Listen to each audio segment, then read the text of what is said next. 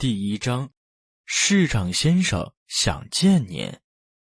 300年前，有个年轻的读书人，名字叫戴笠。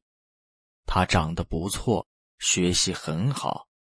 他爱旅游，喜欢看书，特别是一些关于神仙的书。戴笠觉得世上有神仙，而且神仙就住在离世人不远的地方。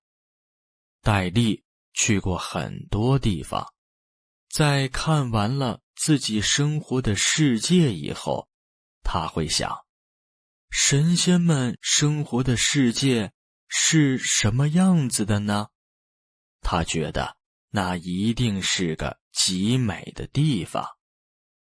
当然，除了美，戴笠更羡慕神仙的是他们可以长生不老，人最多只能活70、80岁，超过100岁的人极少，而神仙的生命没有结束的时候，这是多么让人羡慕的事情啊！虽然戴笠也爱自己的生活，但他更想长生不老，所以他特别想成为一个让人羡慕的神仙。人怎样才能成为神仙呢？有这样的办法吗？戴笠不知道，世人都不知道。戴笠想书里可能有答案，他找了很多关于神仙的书，从早看到晚。他看得太认真了，有时会忘记吃饭和睡觉。有个冬天的上午，外面下着大雪，他在家里看书，看着看着就睡着了。不知道睡了多久，他听到有个人叫他：“戴先生，戴先生，快醒醒！”戴笠醒了，他看到书桌前站着一个人，这个人好像是他家的下人，但是他又不认识，因为他家的下人实在太多了。那个人看到他醒了，马上高兴地说：“戴先生，您醒了，太好了！市长先生有个问题想问您，他想见您，您能和我一起去见见他吗？”市长先生想见我？他有什么问题？戴笠有点吃惊。市长先生说您去了就知道了，时间有点急，你能现在就和我走吗？下人好像很着急。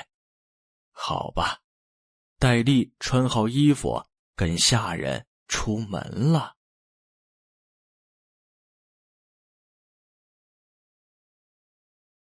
第2章，冬天的荷花。一个下人告诉戴笠，市长先生想见他。戴笠跟着这个下人去见市长。戴笠没有见过市长，也不认识去市长家的路，他只能跟着下人走。他们走了3个多小时，从戴笠家走到了城外。一路上雪越来越小，后来停了。戴笠觉得越来越热，虽然是冬天，但像夏天一样热。市长先生住在城外吗？戴笠问。我的主人是惠谷市的市长，和您不在一个城市。下人笑着说。原来这个下人不是他家的，而想见戴笠的市长先生是另一个城市的市长。这个人是那个市长家的下人。戴笠听明白了，但他还是有点吃惊。惠谷市？我没有听过这个地方，这是哪儿？离这里远吗？你的市长知道我吗？他为什么要见我？他有什么问题要问我？戴笠问。下人笑了笑，看着前面的一条河说：你看，那儿有条河，河的那一边就是会谷市了。您很快就会见到我们市长，我们市长会告诉您答案的。戴笠向河那边看过去，河不大，但河里开满了荷花。风飘过，荷花的香气也飘了过来。戴笠看着漂亮的荷花，心情好了点儿，但马上他突然觉得不对。现在是冬天，为什么有荷花？荷花是夏天才开的花。戴笠吃惊地问。下人一点儿都不吃惊，他笑着说：现在不是冬天，也不是夏天，而是秋天。什么？我从家里出来的时候还下着大雪，怎么不是冬天呢？那是在您的城市，您的城市现在是冬天。会谷市离您的城市有47000多里，现在这儿是秋天。我们刚刚走了47000多里，戴笠吃惊极了。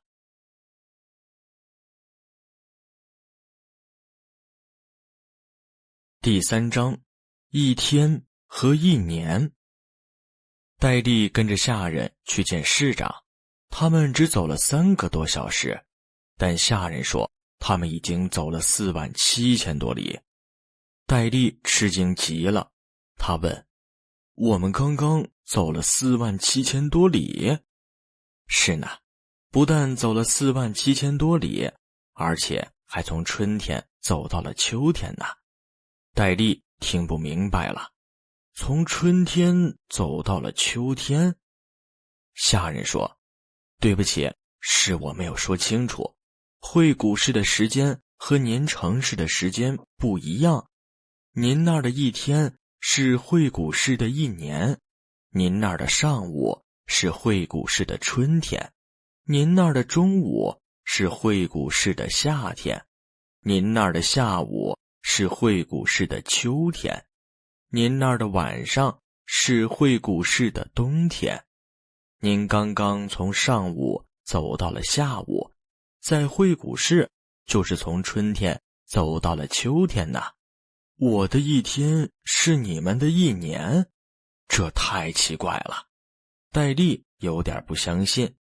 下人说：是的，您的一天就是我们的一年，时间在会谷市过得更快。虽然我们和您一样，一天只吃3次饭，早饭、中饭和晚饭，也只在晚上睡一觉，但这一天里我们过完了春夏秋冬4个季节，每过完一天就是过完一年，我们都会长1岁。在会谷市，我们没有天，只有年。我这样说，您能明白吗？戴笠听明白了，但他还是有点不敢相信。他问：那你今年多大了？38岁。下人说：38岁是你们那儿的时间，如果是我这儿的时间，是只有38天吗？戴笠问。是的，看来您已经明白了。下人回答。戴笠吃惊极了，怎么会有这么奇怪的地方？自己去过那么多地方，怎么就没听说过会谷市呢？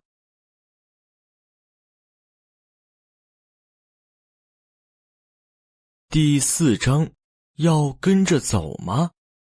下人告诉戴笠，戴笠那儿的一天是会谷市的一年。戴笠有点不敢相信，他觉得这个地方太奇怪了。下人好像知道他在想什么，笑着说：“我知道，您可能不太相信，但是请想想，世界那么大，一定有您没有去过，也没有听过的地方，所以不要觉得奇怪了。”戴笠不好意思地笑了：“是的，你说的对。”下人笑了笑，但马上又着急地说：“我们说的太久了，您看荷花快落了，冬天要来了，快点走吧。”戴笠吃惊地向小河看过去，荷花已经落进水里了，香气也没有了，好像冬天真的马上就要来了。这真是一个奇怪的地方。下人已经飞快地往前走了。要跟着走吗？要见自己的市长是什么人？前面会有什么更奇怪的事情等着自己？戴笠不知道，他没有往前走。你的市长先生想问我什么问题呢？戴笠大声问。下人停了下来，他看着戴笠，想了想，说：“这个问题还是让市长先生和您说吧。现在我只能告诉您，市长先生遇到了难题，只有您才能帮他。您愿意帮帮他吗？”戴笠是个好人，也是个热情的人，他很少对人说不，特别是那些需要他帮助的人。虽然没有见过这位市长，但戴笠愿意帮助他。另外，戴笠也想看看这个奇怪的会古市，所以他点了点头，跟着下人往前走了。走了没多久，戴笠就看到了一些房子，这是一个戴笠从来没有见过的地方。戴笠知道会古市到了。这时候又开始下雪了，冬天到了，天早就黑了，已经很晚了。下人说：“戴先生，今天太晚了，市长先生应该已经睡了，我们去宾馆住一晚，明天早上再去见他吧。”戴笠也觉得这样比较好，他和下人在城里的宾馆住了一晚。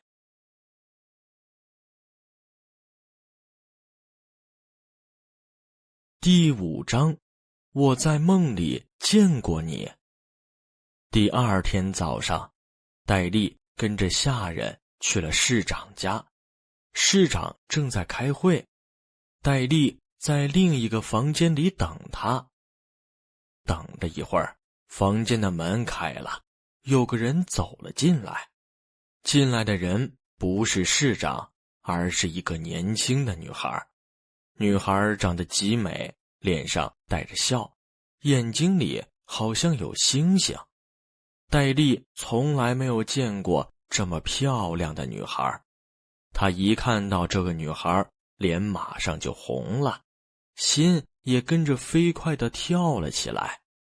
下人看到女孩，马上说：“小姐，这位就是戴先生。”女孩看了看戴笠，有点害羞，她说：“我知道，我见过他。”戴笠又吃惊了：“你在哪儿见过我？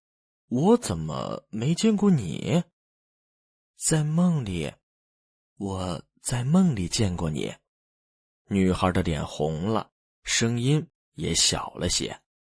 梦，戴笠听懂了，但这样的答案让戴笠吃惊地说不出话了。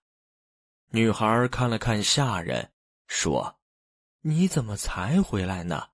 去年春天，我爸爸就让你去请戴先生了，现在又到春天了，你去了1年，知道我等得有多着急吗？”“对不起，小姐，我走得太慢了。”下人说。戴笠听到他们的话，又不敢相信地问：“什么？现在是春天了？已经过了1年？”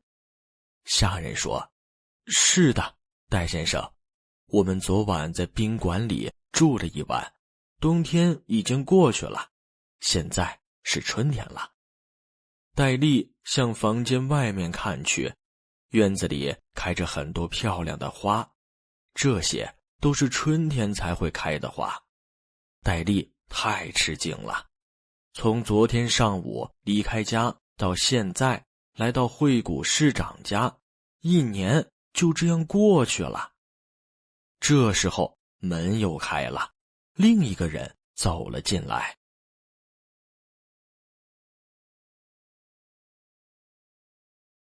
第6章，我应该怎样帮您呢？戴丽在市长家见到了一个女孩，他们说话的时候，房间里进来了一个人，这是个男人，40多岁。他一进来就笑着对戴丽说：“阿丽，对不起，让你久等了。谢谢你愿意来惠谷市，也欢迎你来惠谷市。我是惠谷市的市长，我叫惠康，见到你很高兴。”男人笑得很热情，还叫戴丽阿丽，好像他和戴丽认识很久了。戴丽有点不好意思，说：“惠市长，认识您我也很高兴，但是您是怎么知道我的呢？您听说过我吗？您是听谁说过我呢？”惠市长看了看旁边的女孩，笑着说：“这是我女儿，她叫阿义，我听我女儿说过你。”女孩的脸马上就红了，她害羞地看了看戴丽，她没有说话，但星星一样的眼睛里好像有很多话。戴丽看着她，她的脸也红了，心跳得更厉害了。“阿丽，你今年多大了？”惠市长问。“21岁。”阿丽回答。“21岁，正是人生的好时候啊。阿义现在也是21岁。”惠市长又看了看阿义，他的眼睛都在笑。阿义更害羞了，他轻轻地叫了一声“爸爸”，然后飞快地走出了房间。阿义离开了，戴丽有点难过，她真想多看看他。“阿丽，你知道我为什么请你来惠谷市吗？”惠市长问。阿丽回答：“听您的下人说，您遇到了难题，只有我才能帮您。请问是什么样的难题呢？我应该怎样帮您呢？”惠市长没有回答，他笑了笑，说：“阿丽，你觉得我女儿怎么样？”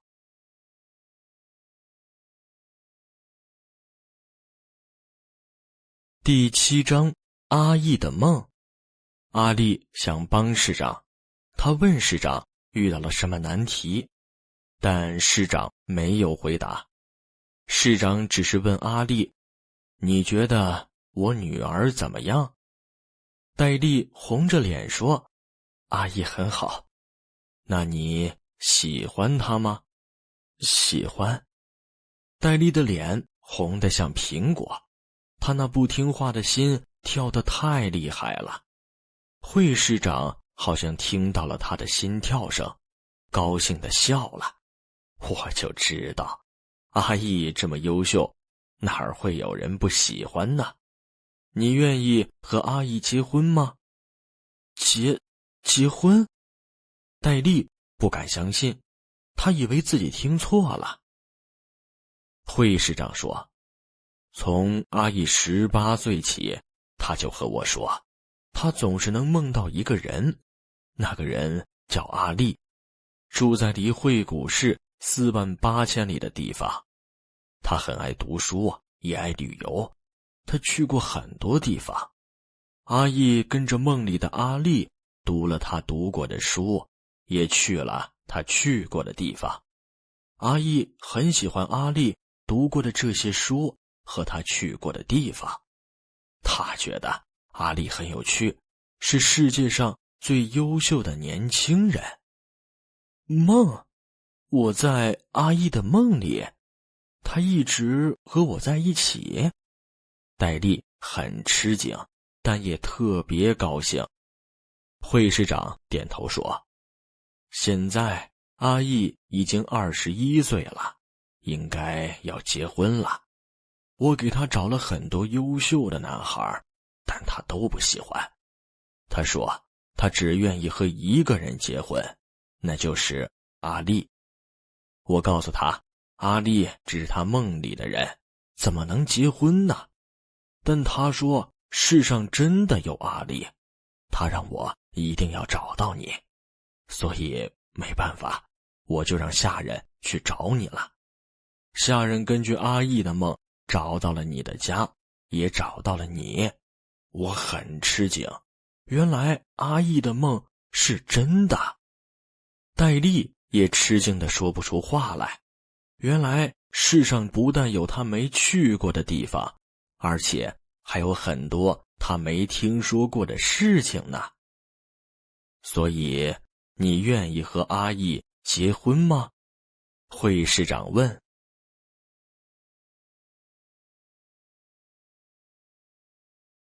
第8章，浪漫的事。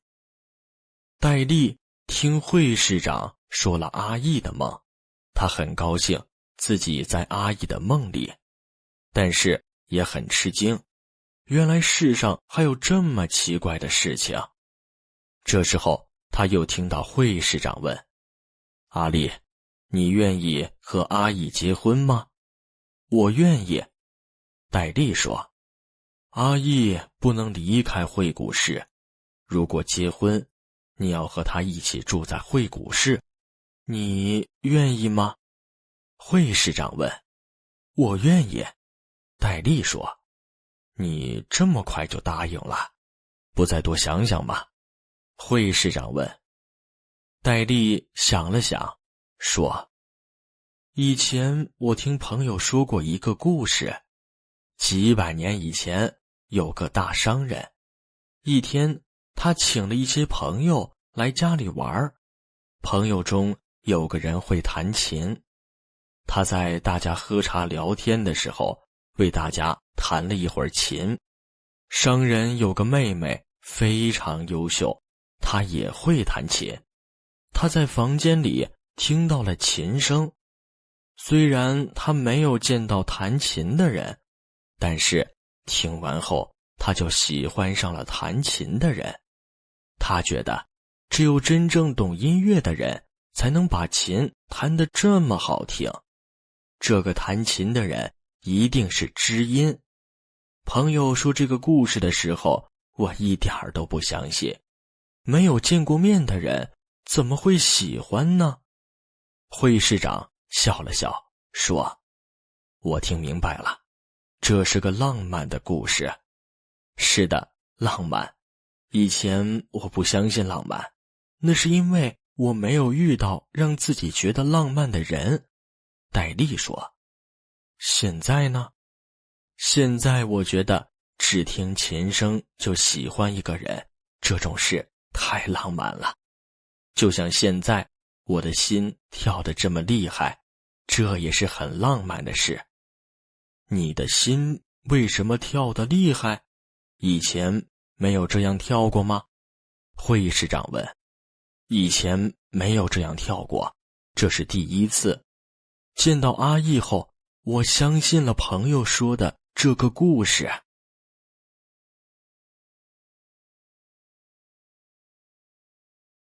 第9章，和喜欢的人结婚。戴笠给会师长说了一个故事，他觉得只听琴声就喜欢一个人，这是很浪漫的事。就像他第一次见到阿义，心就跳得这么厉害，这也是很浪漫的事。会师长很满意，他笑着问：商人的妹妹觉得弹琴的人是知音，那是因为他听到了琴声。你呢？你怎么看阿义呢？戴笠说：我看过的每一本书和去过的每一个地方都是我喜欢的。阿义在梦里和我看了相同的书，去了相同的地方，他也是喜欢的。我想我们也是知音。人的一生会遇到很多人，但是知音极少。我很高兴遇到了阿义。戴笠的话说完了，门外有人轻轻一声笑。戴笠向外面看去，一个人害羞地向院子里跑去了，是阿义。原来阿义没有离开，他一直站在门外听戴笠和会市长说话呢。阿义跑了几步又停下了，他站在院子里向戴笠这儿看，四只眼睛望在了一起，两张脸都红了，但也都笑了。第二天，戴笠和阿义结婚了，会市长为他们举行了婚礼，会谷市很多人都来参加了他们的婚礼。他们的婚礼从早上举行到晚上，也就是从春天举行到了冬天。婚后的每一天都过得很快，戴笠和阿义可以在一天里看到四季的变化。早上，他们在院子里看春天才会开的花；中午，他们在河边看夏天才会开的荷花；下午，他们在大树下看秋天南飞的小鸟；晚上，他们在房间里看外面飘落的雪花。虽然时间过得很快，但每一天都很美，他们幸福极了。能和自己喜欢的人结婚，这是多么让人觉得幸福的事情啊！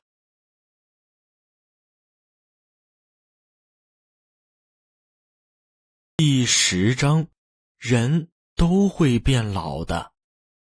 戴笠和阿义结婚了，婚后第3天，也就是会谷市的第3年，阿义生了一个男孩，孩子很健康，也很漂亮。戴笠做爸爸了。看到孩子的那一刻，戴笠激动极了，他觉得自己是世界上最幸福的人。从这一天开始，戴笠和阿义2个人的世界变成了他们和孩子的3人世界。有了孩子以后的时间过得更快了，一天就是1年，10天过去，孩子10岁了，20天过去，孩子20岁了。这一天，戴笠突然看到阿义的头上有了白头发，他吃惊极了。再看了看阿义的脸，觉得他也没有以前那样年轻了。他难过地问：“阿义，我们认识多少天了？”阿义明白他的意思，也有点难过。他说：“你来会谷市36天了。”36天，就是36年啊！戴笠难过的说不出话。阿义说：“认识你的时候，我21岁，现在我已经57岁了。我的头发会变白，脸也不再年轻，我会慢慢老去。但是，阿丽，你还是21岁，我的36年只是你的36天。你看，你还是和以前一样年轻。我不希望你变老，我想你一直和我在一起。”戴笠说。人都会变老的，阿丽，我会变老，我们的孩子会变老，在你的世界，你也会变老的。不要害怕变老，我们已经幸福的在一起生活了36年了，我很高兴。阿义说。戴笠抱着阿义说：“虽然在我的世界，这只是36天，但在我心里，这已经和36年一样长了。我也很高兴。”时间一天天过去，阿义一天比一天老，他们的孩子也一天比一天大。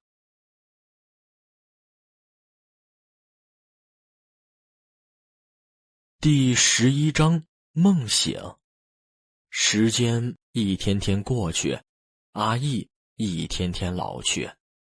到了第62天，阿义已经老得不能走路了。这天早上，阿义睡在床上，看着满院子的花，幸福地睡着了。他再也不会醒来了。戴笠坐在床边，看着阿义，难过的大哭起来。他哭得很伤心，越哭越大声。最伤心的时候，他的眼前一黑，倒在了床边。是睡着了吗？好像是的。不知道过了多久，戴笠醒了。阿丽，阿丽，你终于醒了。一个女人的声音哭着说。戴笠看向她，是妈妈，是戴笠的妈妈。他再看了看，发现她睡在自己的房间里。戴笠吃惊极了。妈妈，这是哪儿？我回来了吗？你为什么哭？戴笠问。妈妈哭着说，孩子，这是你的房间啊，你睡了62天，一直不醒。我每天在你的床边叫你，你听到没有？睡了62天？戴笠吃惊的说不出话了。他只是睡了一觉吗？惠古氏和阿义，还有他和阿义的孩子，不是真的吗？只是一场梦吗？妈妈还在哭。戴笠说，妈妈，你别难过，我已经回来了。这时候爸爸进来了，哥哥进来了，妹妹也进来了。大家看到戴笠醒了，都激动地抱着戴笠，高兴地笑了。戴笠也抱着他们，像是抱着60多年没见的家人。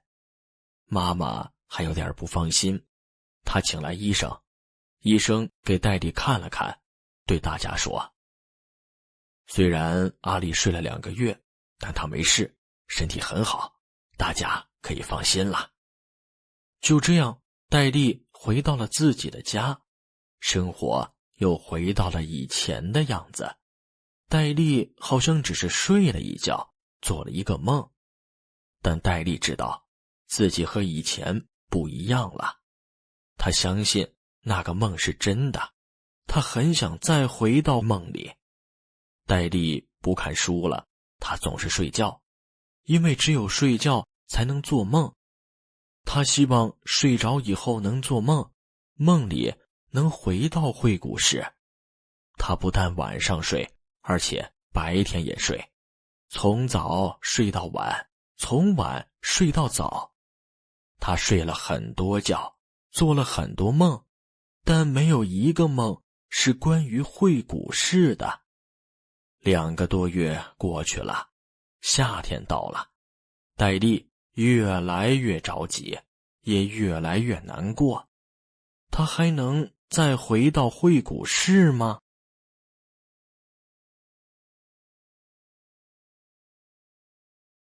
第12章，80多年前的事。这天下午，戴笠坐在书桌前，喝了一口茶，然后又睡着了。不知道睡了多久，他突然觉得很冷，好像一下从夏天回到了冬天。醒醒，快醒醒，你怎么睡在这儿？他听到有人在说话。他醒了，发现自己睡在街边，很冷，因为在下雪。有个人站在他旁边，正关心地看着他。他激动极了，马上站起来问，你好，这是哪儿？那个人觉得他的问题真是奇怪极了。这是街上啊。我知道，我的意思是，这是哪儿的街？这是惠古氏的街，你不是惠古人吗？那个人问。戴笠高兴的一下跳了起来，马上向他和阿姨的家跑去。他跑了半个小时，雪越下越大，但他一点儿都不觉得冷。但是很奇怪，他找不到他和阿义的家。他发现每条街都和以前不一样了，他不认识路了。有个老人从他身边走过，他马上问：“您好，请问您知道会市长家怎么走吗？”老人不明白。会市长？哪个会市长？我们市长姓尤，是尤市长。我找惠康会市长，他是惠谷市的市长。戴笠说。惠康市长？老人好像没有听过这个名字，想了一会儿后，突然吃惊地问：“你是说80多年前的惠康市长吗？他已经死了很多年了，你不知道吗？”80多年前死了？戴笠着急地问：“那他女儿呢？他女儿很漂亮，叫阿义。他女儿还有一个儿子，他们呢？”惠市长的女儿？啊，我想起来了，他死得早一些。他死后的第2年，惠市长就死了。听说是因为太伤心了。那个孩子活到了90多岁，但这也是很多年以前的事情了。你问这些已经不在了的人做什么？你认识他们吗？老人问。戴笠激动的心一下冷了下来，他不敢相信地说：“死了？都死了？我离开已经有80多年了。你是谁？你从哪儿来？”老人又问。但戴笠已经听不下去了。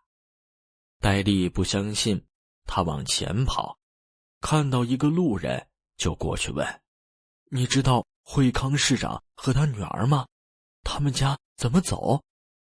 但没有几个人能回答他的问题。这儿已经很少有人知道80多年前的事情了。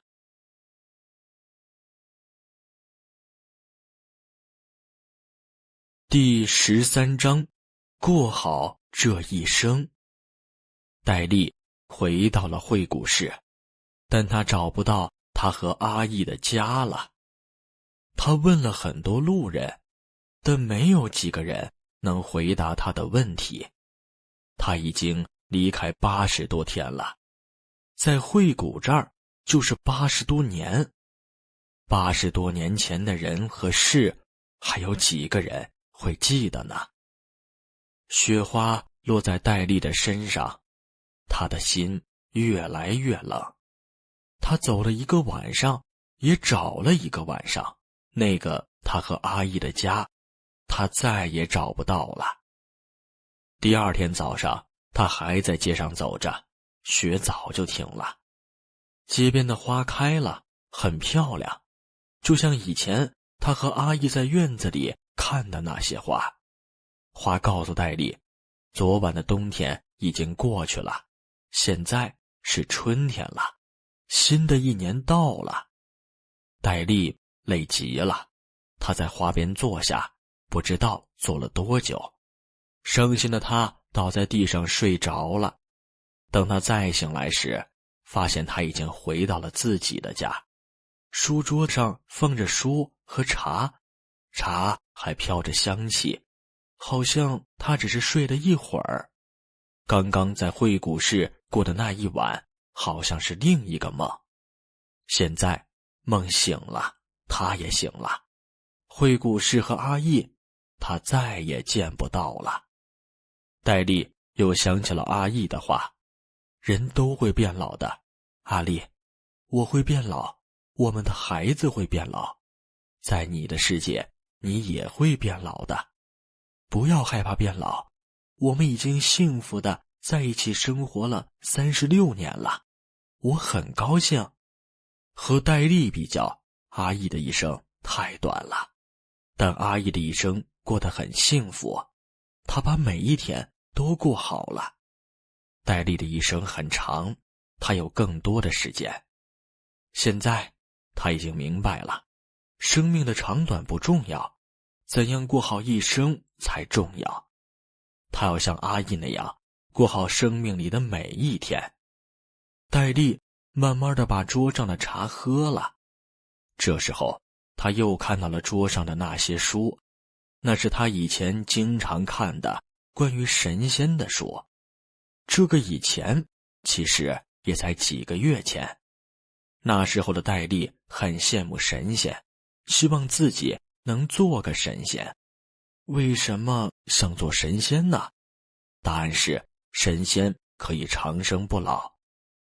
但是现在好好想一想，阿义的一生是一生，戴丽的一生是一生，神仙的一生也是一生。这些一生除了时间长短不一样，其他又有什么不同呢？